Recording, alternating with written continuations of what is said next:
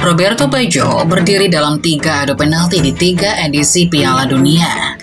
2 tendangannya masuk dan 1 tendangannya gagal. Tetapi anehnya, dunia memilih mengingat kegagalan itu seolah seluruh karir gemilangnya terhenti di sana. Pada Piala Dunia 1990, ia datang sebagai pemain muda yang belum sepenuhnya dipercaya. Mencetak salah satu gol terindah turnamen, menuntaskan penaltinya melawan Argentina, lalu menyaksikan Italia tersingkir di rumah sendiri. 4 tahun kemudian, di Piala Dunia 1994, ia datang sebagai pemain terbaik dunia. Sempat dipermalukan oleh keputusan pelatih, lalu bangkit seorang diri di saat Italia hampir gagal. Tapi dengan 5 golnya, ia berhasil membawa Azzurri melewati Nigeria, Spanyol, dan Bulgaria sebelum 1 tendangan di bawah matahari Pasadena mengubahnya dari pahlawan menjadi simbol kegagalan. Kemudian, pada Piala Dunia 1998, Baggio kembali dengan nomor punggung 18. Duduk di belakang generasi baru, lalu sekali lagi berdiri di titik putih yang pernah menghancurkan hidupnya. Tapi kali ini, tendangan itu berhasil masuk, tetapi akhir bahagia tetap tidak datang padanya. Lantas, bagaimana seorang pemain yang berkali-kali menyelamatkan Italia, mencetak 9 gol dalam 3 edisi Piala Dunia, dan berani kembali menghadapi luka terbesarnya justru dikenang dunia melalui 1 tendangan penalti yang gagal.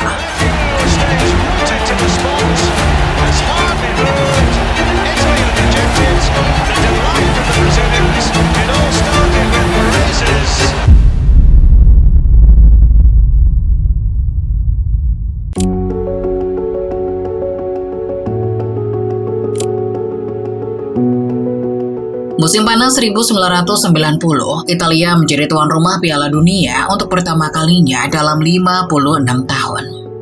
Stadion direnovasi, lagu Noti Magiche terdengar di seluruh negeri, dan 1 generasi datang dengan harapan mengembalikan trofi yang terakhir mereka menangkan pada 1982. Di antara Franco Baresi, Paolo Maldini, Gianluca Vialli, dan Giuseppe Gianni, terselip seorang penyerang berusia 23 tahun bernama Roberto Baggio. Rambutnya belum sepanjang beberapa tahun kemudian, namanya juga belum menjadi pusat perhatian. Ia datang sebagai talenta muda yang masih menunggu kesempatan. Baggio tidak dimainkan dalam 2 pertandingan pertama Italia. Pelatih Azeglio Vicini baru menurunkannya sejak awal ketika menghadapi Cekoslowakia pada laga terakhir fase grup. Di lini depan, ia dipasangkan dengan Salvatore Schillaci, penyerang kejutan yang sedang merebut hati seluruh negeri.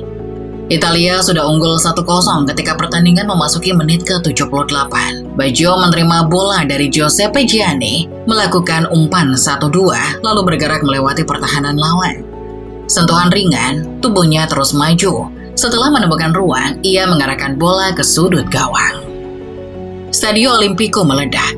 Gol itu memastikan kemenangan 2-0 dan kemudian dikenang sebagai salah satu gol terbaik dalam sejarah Piala Dunia. Dalam kompetisi itu, publik Italia melihat sesuatu yang berbeda pada kombinasi serangan Italia. Schillaci bermain dengan naluri dan ledakan tenaga. Baggio membawa ketenangan, imajinasi, serta cara bergerak yang seolah memiliki iramanya sendiri. Italia melaju tanpa kebobolan dalam 5 pertandingan pertama, namun saat semifinal melawan Argentina tiba, Vicini kembali memilih Vialli untuk mendampingi Schillaci.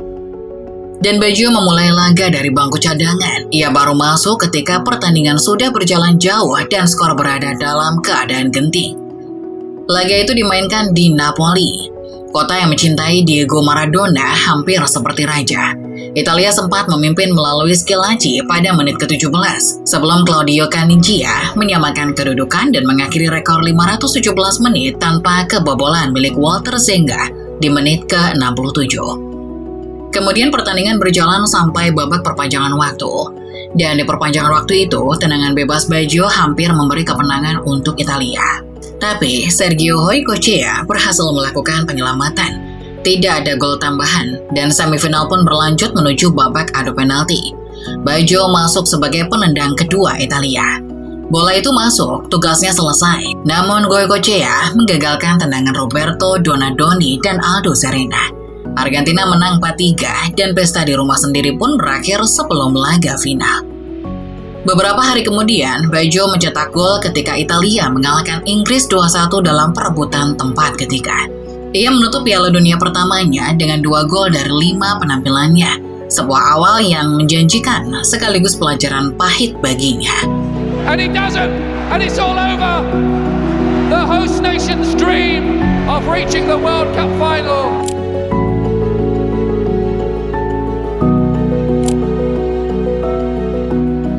4 tahun setelah Piala Dunia di rumah sendiri, Roberto Baggio tiba di Amerika dengan kedudukan yang jauh lebih tinggi. Ia baru saja memenangkan Ballon d'Or dan penghargaan pemain terbaik dunia FIFA 1993. Nomor 10 Italia kini berada di punggung pemain yang dikenal mampu menciptakan gol dari ruang sempit, melewati lawan dengan satu sentuhan, lalu menentukan pertandingan seorang diri. Dan di tengah cuaca panas dan tekanan besar, perjalanan Italia seakan-akan bergantung pada kakinya. Namun, di pertandingan pertama, hasilnya langsung merusak semua perkiraan itu. Di Giant Stadium, Italia kalah 0-1 dari Republik Irlandia melalui gol Ray Houghton di menit ke-12. Baggio kesulitan menemukan ruang di antara pertahanan Irlandia yang rapat. Setiap kali menerima bola, beberapa pemain sudah menutup jalurnya, dan sang pemain terbaik dunia meninggalkan lapangan tanpa gol, sementara Italia membuka turnamen dengan kekalahan. Tekanan memuncak pada pertandingan kedua menghadapi Norwegia. Italia membutuhkan kemenangan agar tidak berada di ambang kegagalan. Namun baru 12 menit laga berjalan, Gianluca Pagliuca menyentuh bola dengan tangan di luar kotak penalti. Wasit mengeluarkan kartu merah. Italia kehilangan penjaga gawang sekaligus harus melanjutkan pertandingan dengan 10 pemain. Arrigo Sacchi harus segera memasukkan Luca Marchegiani. Lalu satu pemain di lapangan wajib ditarik keluar, dan pilihannya jatuh kepada Baggio. Pertandingan belum genap setengah jam ketika nomor 10 itu berjalan menuju bangku cadangan. Keputusan tersebut dapat dipahami secara taktis. Sacchi perlu menyusun ulang tim agar tetap seimbang, namun pemandangannya tetap terasa ganjil. Karena pemain terbaik dunia, sosok yang diharapkan memimpin Italia justru menjadi orang pertama yang dikorbankan ketika krisis datang. Tanpa Baggio, Italia bertahan dalam tekanan. Tapi di menit ke-69, Italia sangat beruntung ketika Dino Baggio berhasil mencetak gol setelah menyundul umpan dari Giuseppe Signori dan membawa Azzurri menang 1-0. Kemenangan itu menyelamatkan mereka untuk sementara, tetapi meninggalkan pertanyaan besar tentang Roberto Baggio. 2 pertandingan telah berlalu, ia belum mencetak gol dan hanya bermain sekitar 22 menit melawan Norwegia. Kemudian laga terakhir melawan Meksiko berakhir 1-1. Untuk pertama kalinya dalam sejarah Piala Dunia, 4 tim dalam satu grup menyelesaikan fase awal dengan jumlah poin dan selisih gol yang sama. Meksiko, Republik Irlandia, Italia, dan Norwegia sama-sama mengumpulkan 4 angka. Italia hanya berada di atas Norwegia karena mencetak 1 gol lebih banyak, lalu lolos sebagai salah satu tim peringkat ketiga terbaik. 3 pertandingan telah lewat dan pemain yang datang dengan membawa Ballon d'Or belum meninggalkan 1 pun jejak di papan skor. Italia memang lolos, tetapi tidak dengan keyakinan. Mereka terseok melewati fase grup, produktivitasnya rendah, dan pemain yang seharusnya menjadi pusat cerita terlihat semakin jauh dari harapan publik.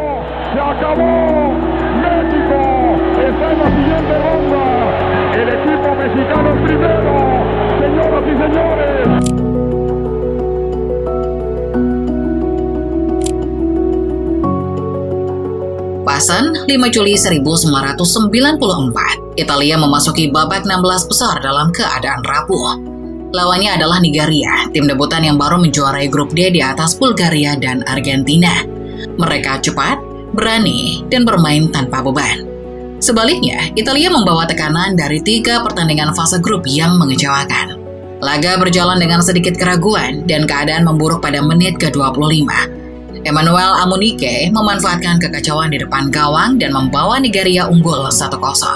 Italia berusaha membalas, tetapi permainan mereka kembali tersendat. Baggio kesulitan menemukan celah. Setiap sentuhan terasa semakin berat karena waktu terus berjalan. Lalu pada menit ke-76, Gianfranco Zola menerima kartu merah. hanya 12 menit setelah masuk sebagai pemain pengganti, dan Italia kini tertinggal dengan 10 pemain. Kemudian, ketika pertandingan memasuki 2 menit terakhir, Roberto Musi mengirim bola ke tengah kotak penalti. Baggio tidak memiliki banyak ruang, ia juga tidak membutuhkan banyak waktu. Satu tembakan mendatar dilepaskan menuju sudut bawah gawang Peter Ruffai, dan papan skor berubah menjadi 1-1. Untuk pertama kalinya di Piala Dunia 1994, Baggio mencetak angka. Gol itu datang ketika Italia sudah hampir kehilangan segalanya. Tekanan yang dibawanya sejak fase grup seakan runtuh dalam satu sentuhan. Baggio kemudian mengakui bahwa gol tersebut melepaskan beban di dalam dirinya dan membuatnya dapat bermain lebih tenang. Pertandingan berlanjut ke babak tambahan. Antonio Benarivo dijatuhkan Augustin Eguavoen di dalam kotak penalti. Baggio maju sebagai eksekutor pada menit ke-102. Ia mengarahkan bola rendah ke sisi gawang. Tiang gawang sempat tersentuh sebelum bola masuk, dan Italia menang 2-1. Selesai pertandingan, Baggio mengatakan, "Piala Dunia dimulai sekarang untuk saya dan Italia." Kalimat itu terasa seperti janji. Selama fase grup, ia terlihat seperti beban dari harapan yang terlalu besar. Tapi setelah melawan Nigeria, ia kembali menjadi alasan Italia masih bertahan. 4 hari kemudian, Spanyol menunggu di perempat final. Laga berjalan sangat sengit. Italia unggul lebih dahulu melalui Dino Baggio di menit ke-25. Lalu Jose Luis Caminero menyamakan kedudukan di babak kedua pada menit ke-58. Ketika pertandingan mulai mengarah ke babak perpanjangan waktu, Giuseppe Signori mengirim umpan ke ruang terbuka. Baggio berlari menyambutnya. Andoni Zubizarreta keluar dari gawang untuk mempersempit sudut. Tapi Baggio melewatinya, menjaga keseimbangan di dekat garis akhir, kemudian melepaskan tembakan dari posisi sempit. Bola melaju di antara para pemain Spanyol dan masuk ke gawang. Sekali lagi, Baggio menentukan pertandingan ketika waktu hampir habis, dan Italia menang dengan skor 2-1 melaju ke babak semifinal. Di babak semifinal, Italia bertemu Bulgaria. Tim datang setelah menyingkirkan juara bertahan Jerman. Laga yang diduga banyak orang bahwa Hristo Stoichkov akan menjadi ancaman utama Italia. Tetapi, 25 menit pertama pertandingan justru menjadi panggung terbaik Baggio. Gol pertamanya lahir pada menit ke-21. Ia menerima bola dari Roberto Donadoni, mengecoh 2 pemain, lalu melepaskan tembakan melengkung ke sudut jauh. Lalu 4 menit kemudian, ia menyambut umpan Demetrio Albertini dan menaklukkan Borislav Mihailov untuk kedua kalinya. Bulgaria memperkecil skor melalui penalti Stoichkov sebelum turun minum. Italia kemudian mempertahankan keunggulan 2-1 hingga pertandingan berakhir. Dalam 3 laga fase gugur, Baggio mencetak 5 gol. 2 ke gawang Nigeria, 1 melawan Spanyol, dan 2 saat menghadapi Bulgaria. Pemain yang tidak mencetak gol selama fase grup kini telah membawa Italia mencapai final Piala Dunia. Namun, kemenangan di laga itu meninggalkan satu pemandangan yang mengkhawatirkan. Karena di babak kedua, Baggio memegang bagian belakang paha kanannya. Tim medis masuk untuk memberikan perawatan, tetapi rasa sakitnya tidak hilang. Ia akhirnya meninggalkan lapangan dengan cedera hamstring. Dan final melawan Brasil hanya berjarak 4 hari lagi. Siamo in finale per il primo e secondo posto. È stato un cammino sofferto, contrappuntato da prestazioni non sempre all'altezza.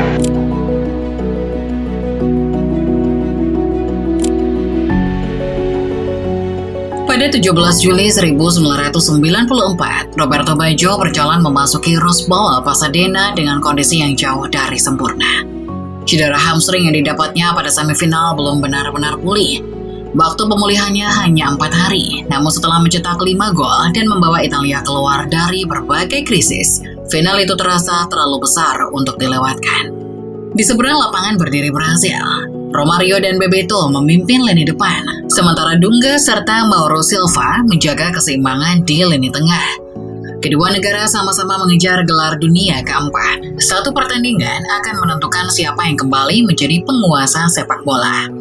Baggio tetap dimainkan sejak awal, namun pemain yang begitu bebas ketika menghadapi Nigeria, Spanyol, dan Bulgaria kini bergerak dengan tubuh yang menahan rasa sakit. Langkahnya tidak setajam biasanya, ruang juga jarang tersedia. Brasil mengetahui bahwa menghentikan Baggio berarti memutus sumber keajaiban Italia. Final berlangsung hati-hati, Brasil lebih sering menguasai bola. Sedangkan Italia bertahan rapat dan menunggu kesempatan. Romario beberapa kali menemukan ruang, tetapi penyelesaian akhirnya tidak sempurna. Dan Baggio juga mendapat satu peluang pada babak pertama, namun tembakannya melewati gawang Claudio Taffarel. Menit demi menit berlalu tanpa gol. Di tengah panasnya Pasadena, kedua tim mulai kehilangan tenaga. Franco Baresi yang baru pulih dari operasi lutut memimpin pertahanan Italia melewati tekanan Brasil. Gianluca Pagliuca tetap menjaga gawangnya.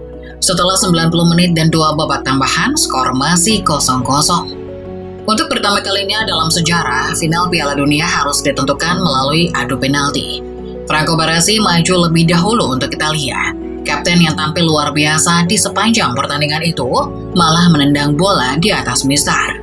Namun, Pagliuca langsung memperbaiki keadaan dengan menggagalkan tendangan Marcio Santos. Demetrio Albertini dan Alberico Evani kemudian menuntaskan tugas mereka.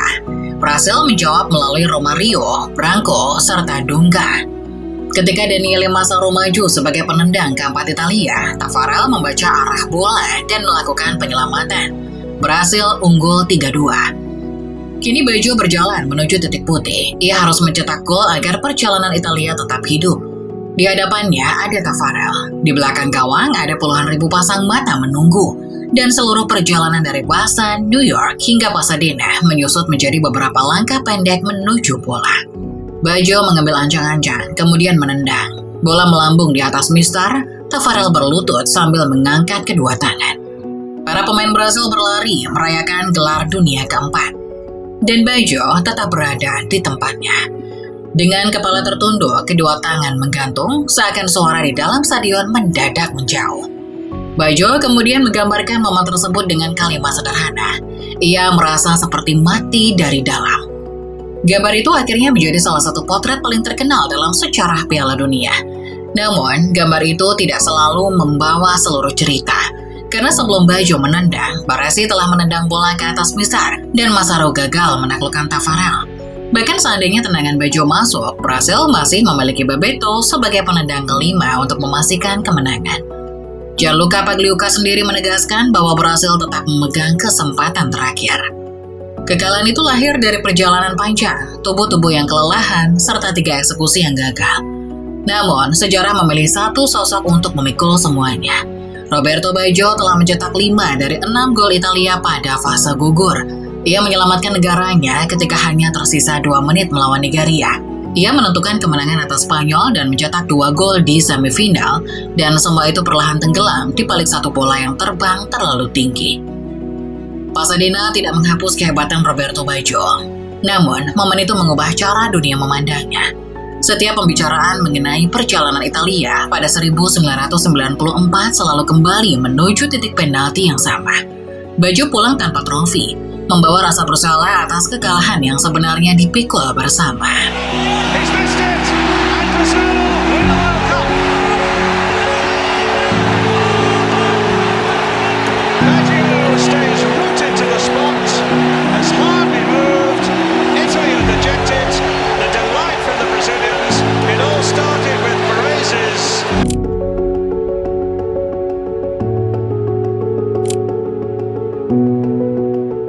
Tahun setelah Piala Dunia 1994, Roberto Baggio kembali lagi ke Piala Dunia dengan keadaan yang berbeda.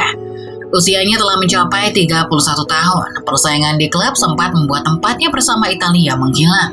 Bahkan pada awal 1998, pelatih Cesare Maldini belum melihatnya sebagai bagian penting dari rencana tim nasional.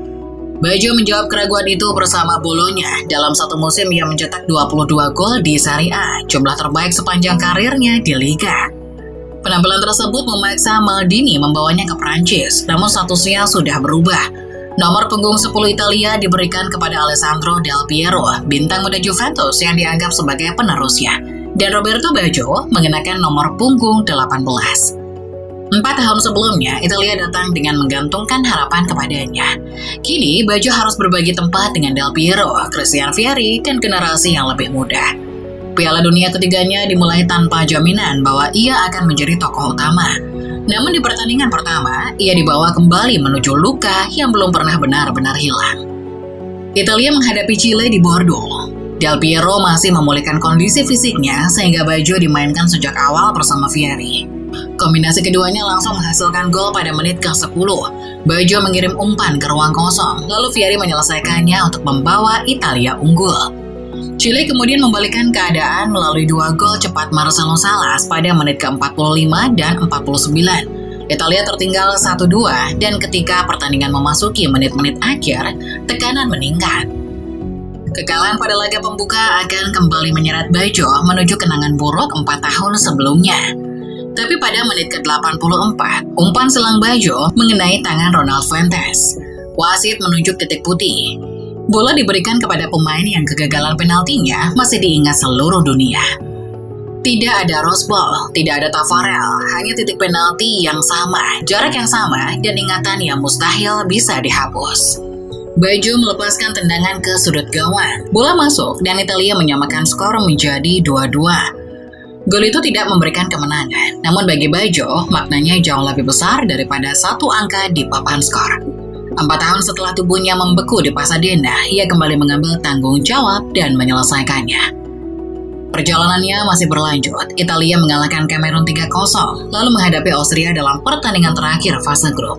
Baggio kembali mencetak gol pada penghujung laga setelah menerima umpan Filippo Inzaghi. Italia menang 2-1 dan keluar sebagai juara grup. 2 gol tersebut membuat total koleksinya menjadi 9 dalam 3 Piala Dunia. Namun, Baggio tidak dimainkan sejak awal ketika Italia menyingkirkan Norwegia pada babak 16 besar. Ia kembali memulai dari bangku cadangan saat menghadapi tuan rumah Prancis di perempat final. Ketika itu, pertandingan berjalan ketat. Pertahanan Italia menjaga Zinedine Zidane dan Thierry Henry, sedangkan lini belakang Prancis membatasi ruang gerak Vieri. Dan Baggio baru masuk menggantikan Del Piero pada babak kedua. Skor 0-0 bertahan hingga waktu normal selesai. Pada babak tambahan waktu, Demetrio Albertini mengirim bola panjang ke dalam kotak penalti. Baggio menyambutnya dengan tendangan voli menggunakan bagian luar kaki. Fabien Barthez hanya dapat melihat bola melintas tipis di samping tiang. Seandainya arah bola bergeser beberapa sentimeter, pertandingan langsung berakhir. Italia akan menyingkirkan Prancis, tim yang kemudian menjadi juara dunia. Karena saat itu, Piala Dunia masih menggunakan aturan Golden Goal. Baggio berdiri sangat dekat dengan kesempatan mengubah akhir cerita. Namun, takdir kembali memilih jalan lain. Setelah 120 menit tanpa gol, pertandingan harus diselesaikan melalui adu penalti. Untuk ketiga kalinya dalam 3 Piala Dunia, Baggio kembali berjalan menuju titik putih. Kali ini ia menjadi penendang pertama Italia, 4 tahun setelah kegagalan di final paling terkenal dalam sejarah sepak bola. Baggio kembali menatap penjaga gawang, mengambil ancang-ancang lalu menendang. Bola masuk melewati Barthez. Di Prancis, Lizarazu gagal mengeksekusi penalti. Di Italia, Albertini juga gagal setelah tendangannya dihentikan Barthez. 3 pemain Italia dan 4 pemain Prancis berhasil mengeksekusi penalti. Dan kedua tim masih memiliki peluang ketika Luigi Di Biagio maju sebagai penendang terakhir Italia. Tendangan Luigi Di Biagio menghantam mistar, Prancis menang 4-3. Para pemain tuan rumah berlari merayakan kemenangan. Baggio kembali berdiri di tengah kekalahan. Hanya saja, kali ini penaltinya yang masuk tidak cukup untuk menyelamatkan negaranya. Italia tersingkir melalui adu penalti untuk ketiga kalinya secara beruntun di Piala Dunia. Piala Dunia 1998 tidak memberikan Roberto Baggio gelar juara. Ia juga gagal memperoleh kesempatan untuk menghapus gambar Pasadena melalui kemenangan besar. Namun, turnamen itu memperlihatkan sesuatu yang lebih manusiawi. Baggio kembali mendatangi tempat yang paling ditakutinya. Ia mengambil penalti melawan Chile dan mencetak gol. Ia berani menjadi penendang pertama Italia dalam adu penalti menghadapi Prancis, lalu kembali berhasil. Dari 3 adu penalti di Piala Dunia yang dijalaninya, 2 tendangannya masuk. Satu-satunya kegagalan terjadi di final 1994, dan satu momen itulah yang terus hidup paling lama dalam ingatannya. Baggio menutup perjalanan Piala Dunianya dengan 9 gol dalam 16 pertandingan. Jumlah tersebut menempatkannya sejajar dengan Paolo Rossi dan Christian Vieri sebagai pencetak gol terbanyak Italia di kompetisi itu. Ia tidak pernah mengangkat trofi, tidak pernah memainkan final kedua, tidak pernah memperoleh adegan sempurna untuk menggantikan tubuh yang tertunduk di Pasadena. Ia tidak pernah mengulang final 1994, tidak dapat menarik kembali tendangannya, dan tidak dapat memilih gambar mana yang akan disimpan dalam sejarah. Mungkin itu yang membuat kisah Roberto Baggio terasa dekat dengan banyak orang. Hidup tidak selalu memberi kesempatan untuk memperbaiki masa lalu dengan akhir yang sempurna. Terkadang, kita hanya diberi kesempatan untuk menghadapi ketakutan yang sama, lalu menunjukkan bahwa luka tersebut tidak lagi menentukan siapa diri kita. Baggio tidak pernah menaklukkan Piala Dunia. Namun, setelah dihancurkan oleh satu tendangan, ia masih memiliki keberanian untuk mengambil tendangan berikutnya, dan mungkin disitulah kemenangan terbesar Roberto Baggio yang sebenarnya.